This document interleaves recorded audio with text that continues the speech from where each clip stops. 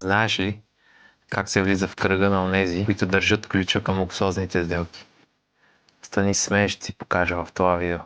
Преди време пращах десетки имейли, ставях съобщения, говорех с брокери, които ми обещаваха всичко. Но истината е, че истинските сделки не се случват там, където има шум. Случват се в тишината, зад затворените врати. Когато за първи път ме поканиха на дилърска среща в Щутгарт, разбрах нещо.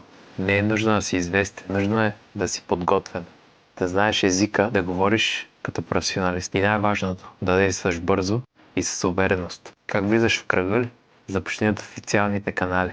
Не чакай никой да ти даде контакт. Влез сайтове като Tesla, Mercedes, BMW, Porsche и не търси имейли. Търси в Lead Sales, Business to Business или Export Departments. Пиши като партньор, а не като клиент. Ето ти един примерен опенинг.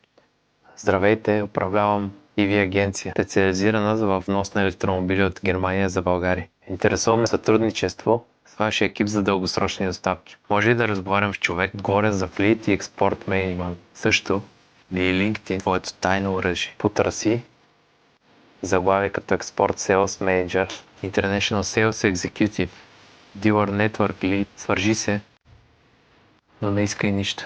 Публикувай стойностен контент. Пиши ме едва тогава, когато имаш какво да предложиш. Стани полезен, а не просто купувач. Имам клиент за Model Y в София, готов за доставка. Работи с нотариуси, банки, транспортни фирми.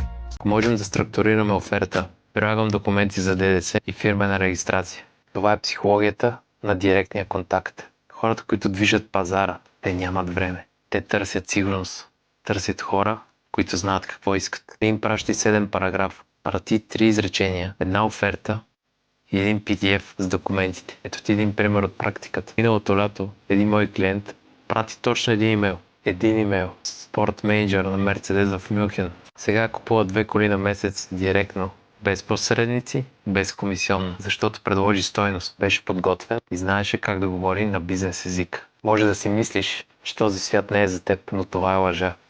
Истината е, че ти просто още не си се представил. Направи го, напиши това съобщение, потърси този човек, прати тази оферта, защото бизнесът не чака. Той се движи и сега или влизаш в кръга, или оставаш просто зрител. В следващия епизод ще ти покажа как да получиш фактура от Tesla без ДДС директно и какво никой няма да ти каже за процеса. Абонирай се, истинската игра те първа започва.